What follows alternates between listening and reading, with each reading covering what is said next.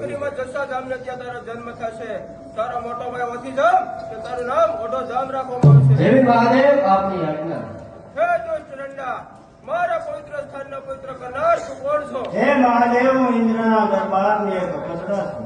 હે દુષ્ટ રંડા, તે પણ મારા પવિત્ર સ્થાનને પવિત્ર કર્યું છે. માટે તને પણ શ્રાપ આપું છું કે સાંગલ નિગા પર સાંગલ ને ત્યાં તારો જન્મ થશે. સાત દીકરા કે તું એક દીકરી, કે જાઓ તમે બંને પૃથ્વી લોકમાં અવતાર ધારણ કરો કે તારું નામ મોટક પદમની રાખવામાં આવશે. દેવી મહાદેવ આપની આજ્ઞા.